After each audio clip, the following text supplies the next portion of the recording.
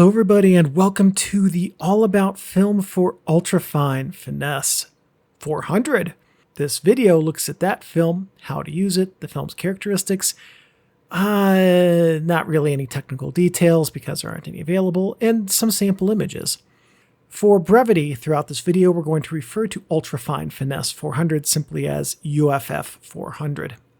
UFF 400 is a fast film available in 35mm factory-rolled cassettes of 24 and 36 frames, plus 100-foot bulk spools. My first and best tip is that UFF 400 is a good film for the price, and it's going to be a great film to learn with, a great film for students and classrooms, and also as a suitable option for hobbyists on a budget. Secondly, I found that UFF 400 delivered peak performance when rated at 250 ISO. Exposed and developed at 400, I found the negatives to be very thin compared to every other 400 ISO film I've used in most developers. When I say 250 ISO, by the way, what I mean is expose it at 250 ISO, develop it at the 400 ISO times. I also exposed UFF 400 at 100 and then developed it normally multiple times and found that this yielded fine negatives in daylight, but not indoors, and I really don't understand why that is. I would avoid shooting this at 100 ISO simply because the 100 ISO space is packed with absolutely amazing films, and this film doesn't do anything interesting at that speed. So shoot it at 200 to 250 ISO for what I think is the best image performance it can deliver, or 400 ISO for negatives, which are a bit thinner and lower contrast, but still usable. Related to ISO, I did shoot, I think, 6 rolls of this at 1600 ISO and developed them with the times that the massive development chart indicated for the chemistry and speed. The results were nearly unusable, with negatives that barely retained an image at all. So I strongly suggest against pushing this film at all.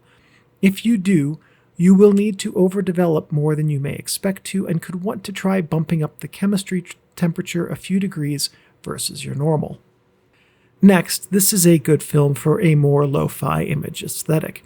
Even with a good camera and a good lens, this stock still delivers some lo-fi image look with high grain.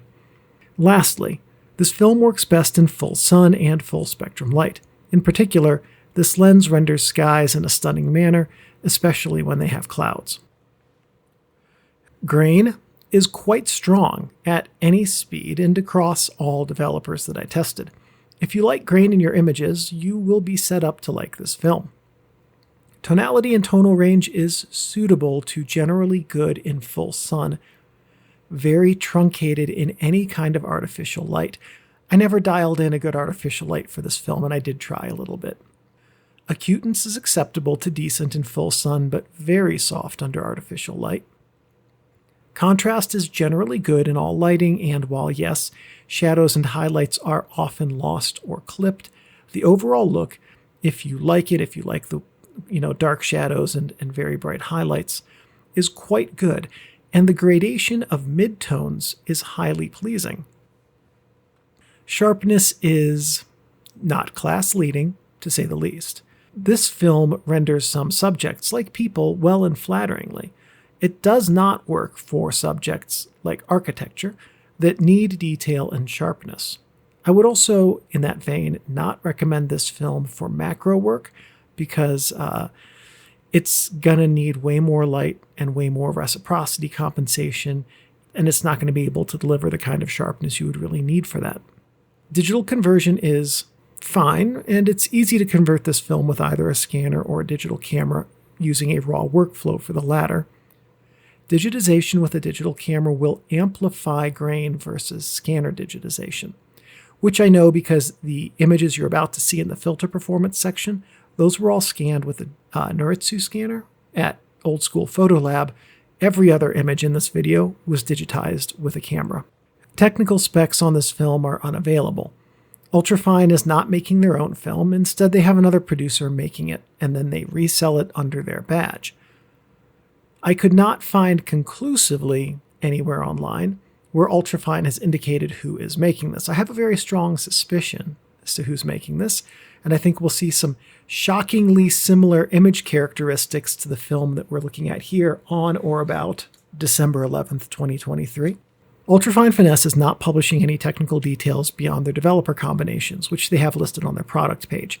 If you'd like to see which developer combinations UltraFine provide, or Photo Warehouse provided on their product page, there is a non-affiliate link in the video description so you can check those out. So this section that we're in right now will look at filter performance, and to make the playing field even, I shot all of the photos in full sun and had them developed and scanned by Old School Photo Lab. So to my eyes, in the first series we're going to look at, the warm tone filters had no effect at all on this film. I'm not going to lie, that was very, very surprising to me. After the warm filters, the green filter destroyed the image character entirely, and the blue filter made what little detail existed in the skies relatively imperceptible. So we don't see a benefit of filtration in this first image set until we get to the tobacco filter, which is quite a surprise. Again, this film is just popping up all kinds of surprises. We're going to go to the second series, and we have a slightly different result, which owes to the distances involved, the UV scattering and air particulates in the air south of Denver, and probably also the angle of the sun in the sky, because this second set, I turned the camera 90 degrees counterclockwise, away from the sun. Here, the no filter shot is fairly muddy, and the red filter cuts through all of that to deliver stunning contrast and a very pleasing sky.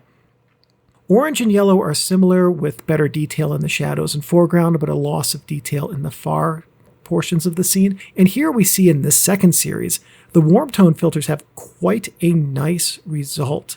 Next, when we get to green, it is, again, being consistent here, way to go green filter, awful. Right, so there's no surprises there anymore. The green filter is always going to be just awful. The blue filter here amplifies the effect of the UV scattering, and the far background scene disappears completely, with the mid-range mountains looking like they're ensconced in fog. Now for the second series, the tobacco pink and especially the FLD filters have similar effects as with the blue and with themselves. So overall, the second series is a fascinating look at how this film responds to filtration. It indicates that the stock likely responds quite strongly to blue spectrum light, as the unfiltered images and the blue filtered images show strong loss of detail in the skies and where there is UV scattering.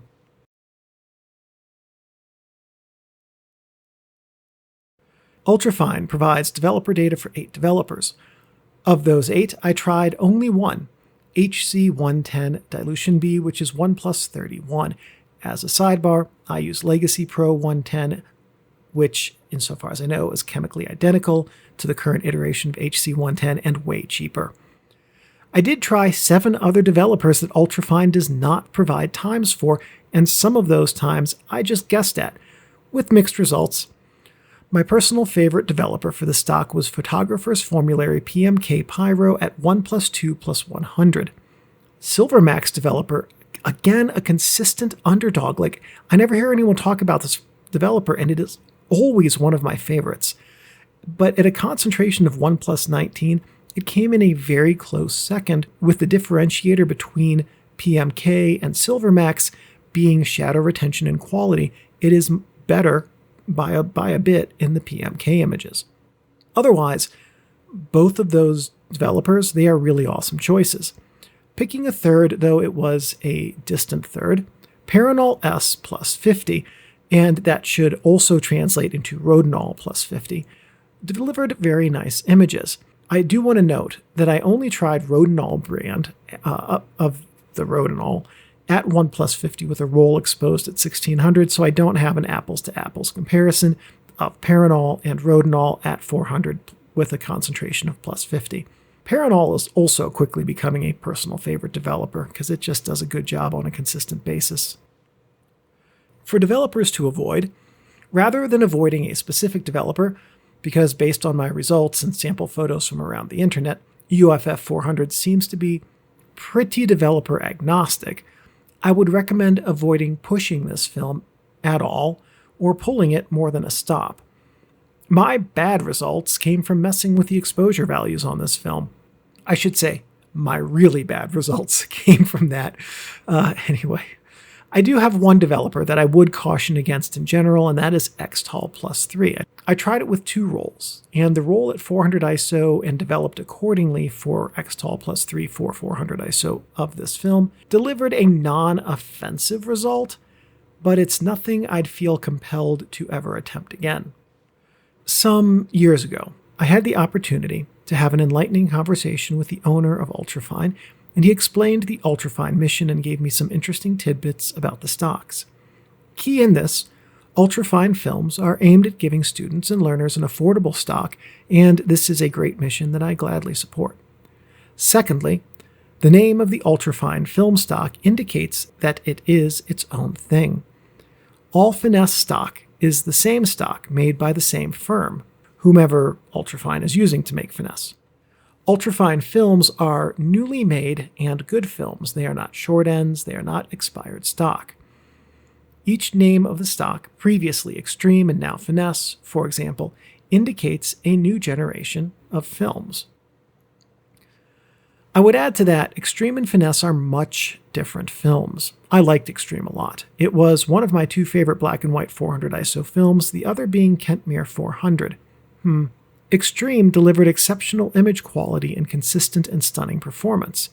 Finesse 400, I like less. Finesse is a look that needs to be liked specifically. I don't think of Finesse as a film that anyone can pick up and immediately be enamored with the results of. For subjects outside, I like Finesse, and I think it's a fine option. Finesse is a film that can perform very well. But, if you're like me, it's going to take a good number of rolls to dial in how to use it. This video's image folder had 83 sample photos in it, which, if you know this series, is about half what I usually show up with. That said, I bought a number of factory rolls of Finesse, mostly for the splash screen photos, and 2 that I can recall 100-foot spools. That first 100-foot spool was my learning curve, and this film took me a while to dial in. So, to that end, if you're interested in trying Finesse, pick up a few rolls before you pick up a 100-footer and see what results you get. It's worth trying, especially for the cost. And when Finesse connects with your camera settings and the scene in front of it, it can create lovely photographs.